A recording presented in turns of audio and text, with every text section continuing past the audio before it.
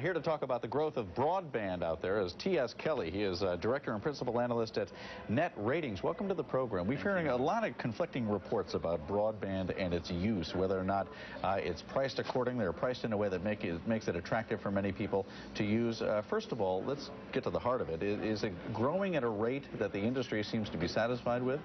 Well, a lot of people think about is internet access and penetration in homes.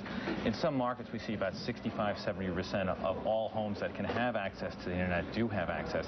But the broadband story is a little bit differently. In those markets where growth is slowed because everyone pretty much has it, we're seeing a lot of wild double-digit growth. As a matter of fact, year-to-year growth in broadband use is about 90% from last year, as opposed to about 12% growth in overall internet numbers. So we're seeing a lot more use.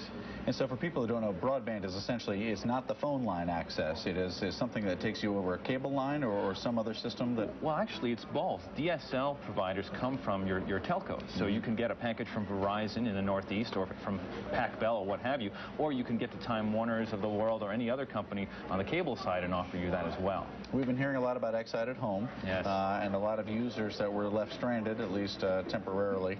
What are some of the things that we should be taking away from that experience? Obviously, there are some competitors who've stepped in to make use of this situation with Excite. Certainly, AOL has a broadband service that's offered by many, including Time Warner. We've got Earthlink broadband. So there's a lot of companies that are taking advantage of the situation. So there's plenty of services out there. A lot of the cable companies predict that about 90% of all homes should have access to a cable modem service in their marketplace by the end of next year. So there's a lot of services out there other than Excited Home. For the most part, when people get broadband, what is it that they're doing on the web that might necessitate a faster speed, a faster hookup? Well, you just talked about Land's End. A lot more purchasing done by broadband users. As a matter of fact, 67% more purchasing done by broadband users than narrowband users. As well, we've got the Xbox and GameCube systems launched this quarter.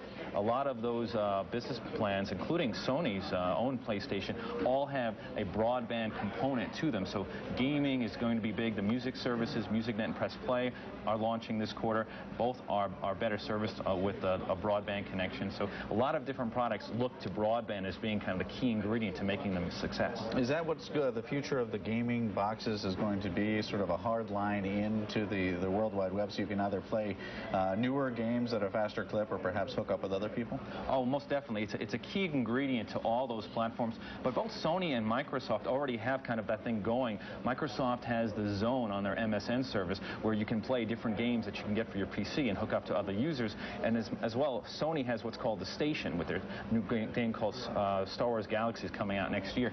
So there's a lot going on there already. With the platforms, it's just another way that they can get into the home with an interactive portal, most definitely. One of the articles I was reading recently with regard to the Excited Home situation was that people regard the internet as a tool, but obviously it comes with a price. And one of the problems with broadband up until this point for consumers has been the expense.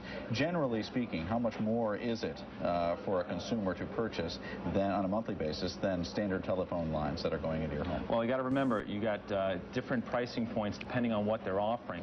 Perfect example would be, like, say, a Roadrunner package, which can serve for like $99 if they're combining that with other services to make it less expensive, more affordable. But if you're going to buy it on its own, it could be $39, $49, and upward. So there is a price point issue. But as more people come on board, they're obviously able to bring that price down. So if they package it up with your cable and maybe your phone service, that's correct. They can bring the cost down. Most definitely. Are there pure broadband companies making any money at the current pricing levels? Well, that's the story. I mean, Excited Home is a good example of the challenge in this space. But I look at the packaging solution from the telcos and the cable modems to point the way. A lot of the standalones are going to have difficulty. All right, T.S. Kelly, thanks for being here. From Net Ratings, Director and Principal Analyst. And that is it for today. Join us again tomorrow on The Biz at noon Eastern Time. Have a great day.